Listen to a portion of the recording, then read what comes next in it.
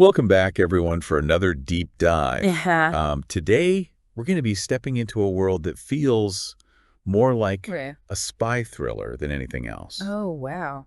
Our source for this deep dive is the Inner-Order Diary of A.E., a Interesting. document that chronicles all this drama, Uh-huh. the personalities and the power struggle Right. within these occult orders of the early 1900s. So kind of like a real peek behind the curtain. Exactly. Yeah. It reads less like a dry historical account and more like just a captivating story Yeah. with all this mystery and intrigue. I mean, yeah, these occult orders, they've always had that kind of air of secrecy about them, Yes. haven't they? It's not just names and dates in this diary, but there are whispers of secret knowledge. Oh, wow. We see coded messages and rivalries Right. that would make James Bond blush. Yeah, I can imagine. So before we get lost in all the twists and turns, Yeah. let's first meet the key players in this drama. Okay, sounds Starting with Arthur Edward Waite, the author of the diary. Of course, probably best known for the Rider-Waite tarot deck. Right, exactly. But he was also a prominent figure in various occult orders, so he had like a front row seat to all of this. And he wasn't just passively observing.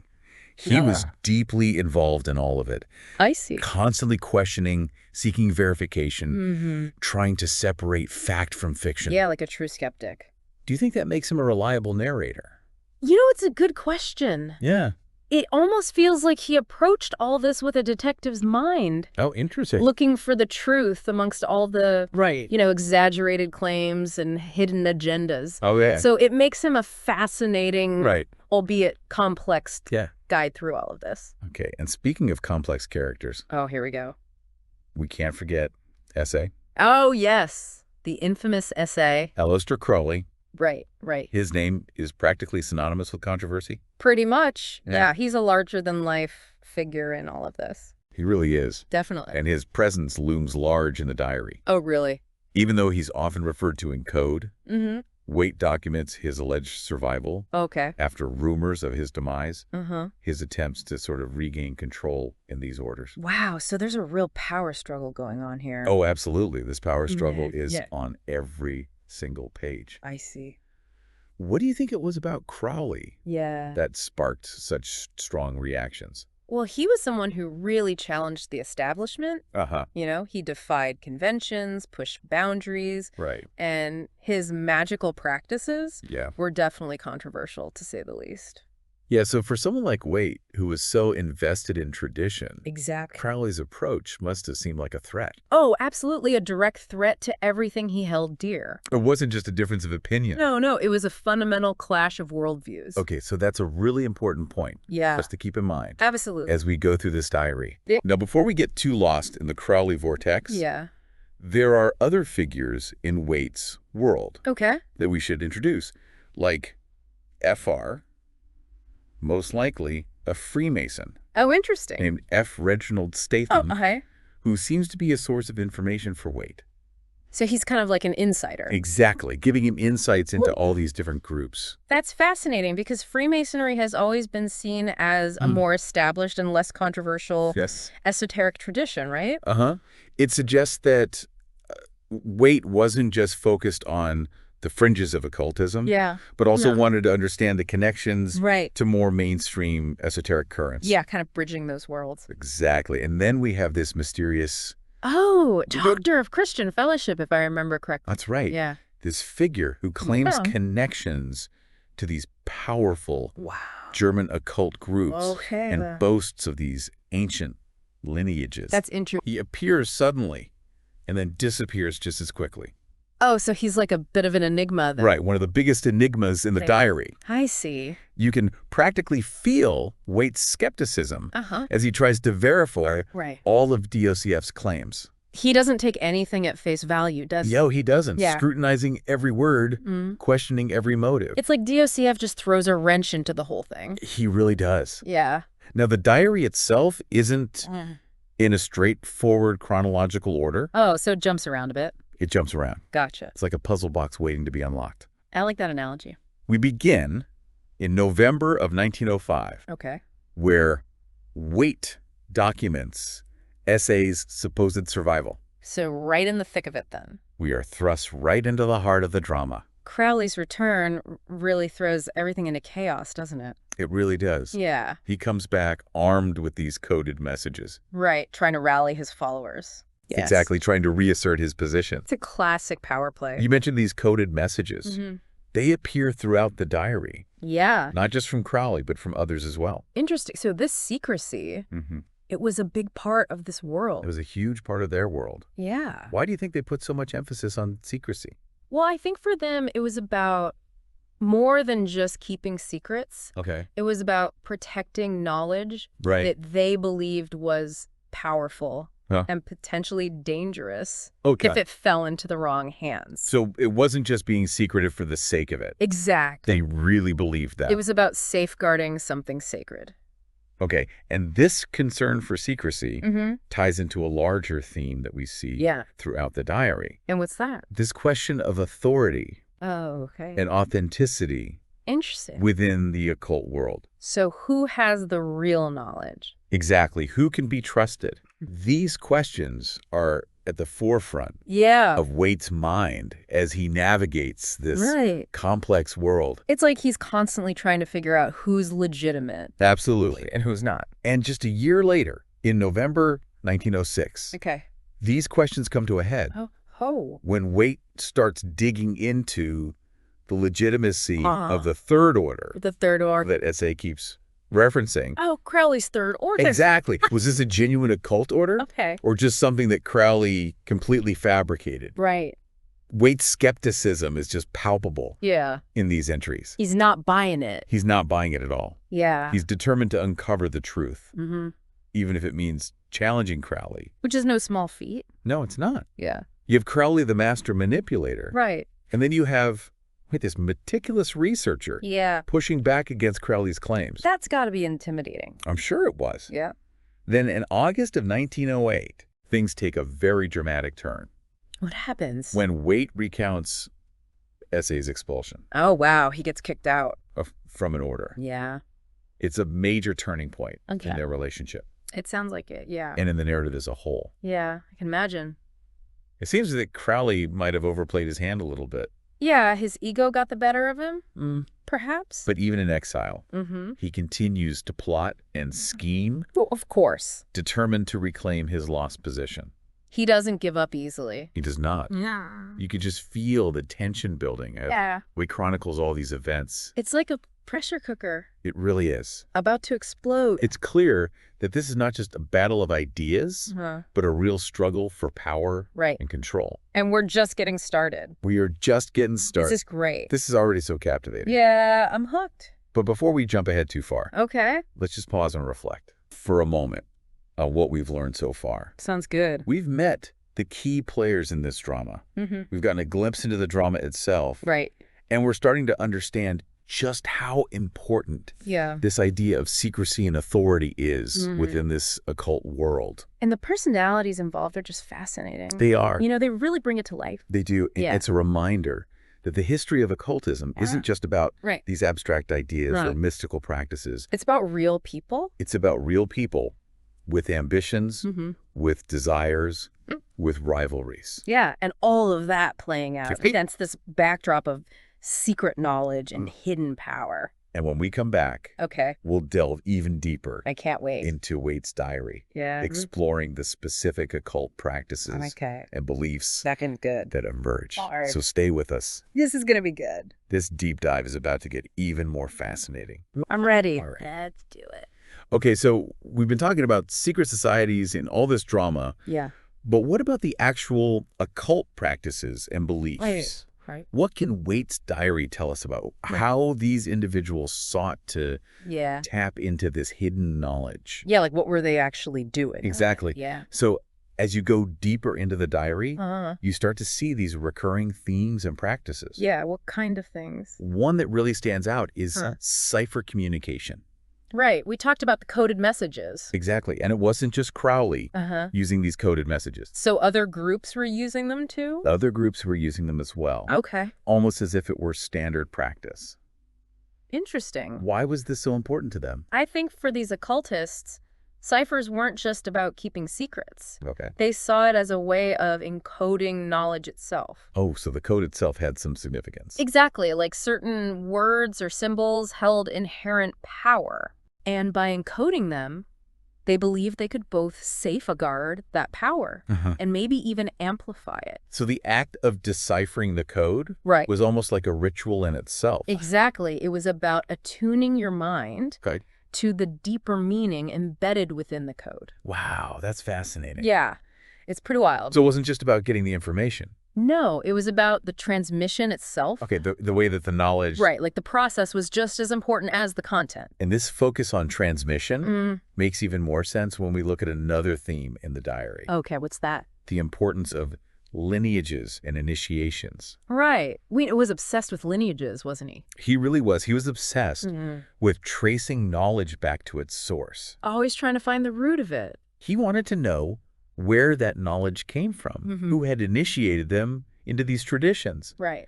Did they have a legitimate claim? Yeah. Did they really know what they were talking about? Exactly. It's like for him, the validity of the knowledge was directly tied to this chain of transmission. To that unbroken line. The lineage. And this wasn't just historical curiosity. No. For a lot of these occultists, initiation was transformative. It was a way of accessing higher states of consciousness. Wow. So it wasn't just about getting information. Right. It was an experience. It was about a process of awakening and transformation. Exactly. And this leads us to another important aspect of occult practice. Okay, I'm sensing a theme here. There's definitely a theme here. Yeah, ritual. Oh, yeah. Rituals are a big part of all this. Waite mentions all these different rituals, but he's often very cryptic about the details. Oh, so he doesn't really give us the specifics. He doesn't give us all the juicy details. I see. Why do you think there was so much secrecy? Well, cult rituals were considered sacred and highly confidential. They involved specific actions and words, symbols, sometimes even special tools or objects. Right? It was all very carefully orchestrated. Yeah, they believed that revealing the details could diminish the power of the ritual. And even pose a danger to the uninitiated. Exactly. So the secrecy wasn't just about keeping outsiders out. Right. It was about protecting the sanctity of the rituals themselves. Right, and I want to touch on another theme that I found fascinating. Okay, what's that? The influence of astrology. Oh, yeah. Waite mentions astrology a lot. He does. Interesting. And not just in passing, he talks about astrological alignments and their significance. So it wasn't just about reading your horoscope. No, for them, astrology was a way of understanding the cosmos. Right, like a map of the universe. Exactly, and a way of deciphering the hidden influences. That shaped their lives. That shaped their lives. Yeah, I can see how that would be appealing to them. So it was more than just predicting the future. It was about understanding these underlying forces at work in the universe. And how they connect to us. Exactly. You can almost imagine them consulting their charts. Right before making any big decisions. Exactly. Yeah, trying to align themselves with the cosmos. Now, as we've been talking about all this, we can't ignore the German connection. Right. That keeps coming up. That keeps coming up. Yeah. Waite's interactions with DOCF raise questions about the influence of these German occult groups. And their potential rivalry with English traditions. Exactly. So there's like a nationalistic element to this too. It seems so. Wow, things are getting complicated. They're getting very complicated. Yeah. German occultism was really on the rise in the late 19th and early 20th centuries. Groups like the Ordo Templi Orientis and various theosophical offshoots. They were attracting all these followers. Yeah, with their blend of Eastern mysticism and Western esotericism. And how did Waite view all of this? Well, I think he was intrigued, but also skeptical. Remember, he was obsessed with lineages and tracing knowledge back to its source. He saw these German groups as potential disruptors. Challenging the established order. Exactly. Bringing in new ideas. So it wasn't just a nationalistic rivalry. No. It was a clash of different approaches. Different ways of understanding the occult. To occultism. Yeah. And this tension between tradition and innovation. Right. Between English and German occultism. It becomes a recurring motif. It's like a thread that runs through the whole story. It really is. Yeah. Now, before we get too far ahead. Okay. I want to go back to an entry that shows Waite's meticulous approach to knowledge. Okay. In December of 1910, yeah, he describes his own experiments with different rituals. Oh, so he's not just reading about them. He's not just reading about it. He's trying them out for himself. He's getting his hands dirty. I like it. He's comparing their effectiveness. Wow. Trying to verify their claims. So it's like he's treating it like a science experiment. It's like he's in a lab. Yeah, with his lab coat on. Taking meticulous notes. Carefully documenting everything. He wasn't content with just reading about it. Right, he had to experience it for himself. He had no. So it wasn't enough for him to just believe. He needed proof. He wanted evidence. Like a true skeptic. So it's this tension. Yeah. This back and forth. Between faith and reason. Between belief and skepticism. Yeah, that makes him so interesting. It really does. He's not just a mystic, he's also a thinker. Absolutely. A seeker. Okay, now we need to talk about EOL. Edward Owen Lewis. Right. The mysterious EOL. This figure who pops up in March of 1911. Right, with connections to Steiner. Connected to Steiner and potentially other groups. And there's this mention of a lost manuscript. Oh, wow. So there's like a secret within a secret here. Exactly. And what was in this manuscript? That's the big question. Yeah, rituals, secrets, who knows? So we have rivalries. Yeah. We have secret knowledge. Lost manuscripts. Lost manuscripts. This is like a real-life conspiracy thriller. It is. Yeah. This is great. So before we get swept away by all this intrigue, let's pause and reflect. Yeah. Guiding. We've been talking about ciphers, right, lineages, rituals. The influence of astrology. The influence of astrology. The emergence of German occultism. Yeah, all these different threads. It paints a picture of very different worldview. Right. They saw the universe as this living, interconnected web of energy. And they believed that through these practices, right, they could tap into that. Yeah.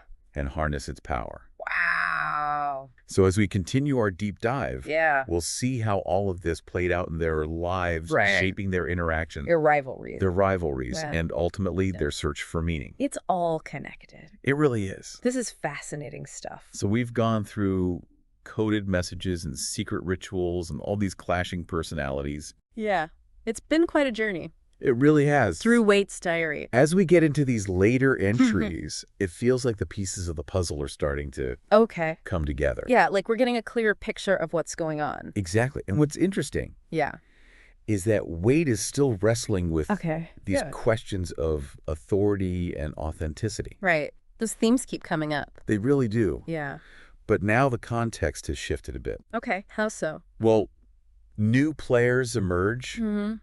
Old rivalries intensify. Okay. And there's just this growing sense that the occult world is going through a major transformation. A period of change. Exactly. I see. So, for example, in August 1910, Waite writes about this meeting where he's trying to figure out what's going on with the Order of the Golden Dawn. Oh, the Golden Dawn. This influential occult order. Right. One of the big ones. There's all this confusion about lineages. Different factions claiming authority. So the order has splintered a bit. It's fractured. Yeah, with each group claiming to be the true R. Exactly. And Waite is stuck in the middle of it. Trying to sort it all out. Trying to determine who's legitimate. Who's the real deal. And who's just peddling a counterfeit version. It's like he's become an occult detective. That's a great way to put it. Trying to separate the truth from the fakes. And for him, it's not just about intellectual curiosity. It's about safeguarding the integrity of the knowledge itself. Protecting the tradition. Exactly. Yeah. And we see this commitment again in an entry from December 1910, where Waite describes how he tests occult knowledge. So he's not just taking things on faith. No, he's actively experimenting. He's putting it to the test. He's comparing different approaches. Wow. Meticulously documenting his results. So he's bringing his scientific mind to this. He's trying to bridge the gap between faith and reason. That's fascinating. It really is. Yeah, that tension between belief and skepticism. It's what makes him so compelling. It makes him human. Exactly. Yeah, we can all relate to that struggle. Now, as we move into 1911, EOL enters the picture. Right, Edward Owen Lewis. With his connections to Steiner. And potentially other groups. And remember that lost manuscript? With all the rituals and secrets. Yeah, what was in that thing? We still don't know. It's like a mystery within a mystery. It really is. Yeah, Waite doesn't give us all the answers. And just a few months later, in September 1911, Waite describes this meeting at the Santa Maria Procoptery, where all these different occult factions are trying to hash things out. But it doesn't sound very peaceful. It sounds more like a clash of egos. Yeah, like a power struggle. Each group vying for dominance. So even in this world of hidden knowledge and spirituality, there's still this human element of competition.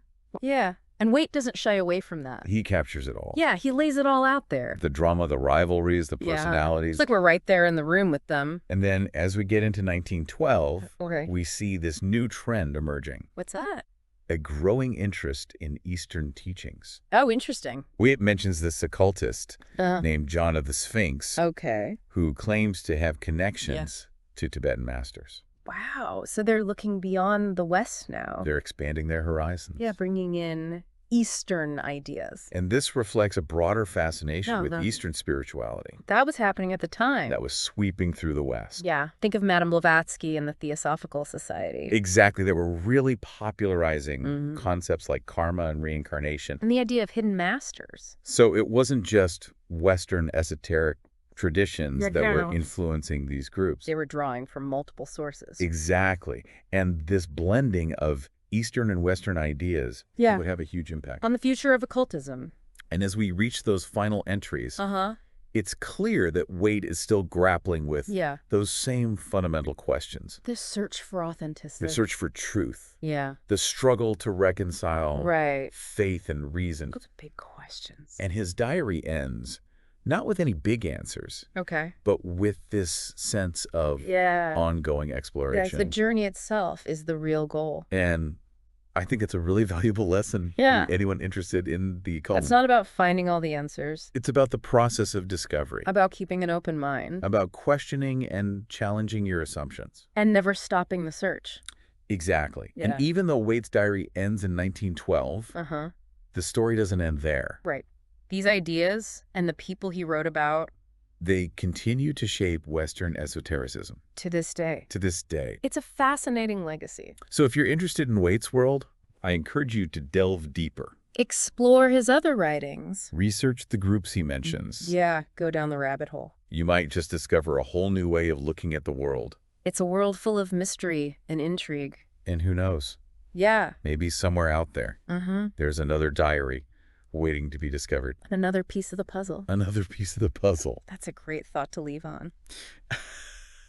So on that note, we'll wrap up our deep dive into the Inner Order Diary of A.E.V. Waite. It's been a pleasure. Thank you for joining us. Of course. On this journey. Yeah. Into the world of secret societies and occult practices. And the human search for meaning.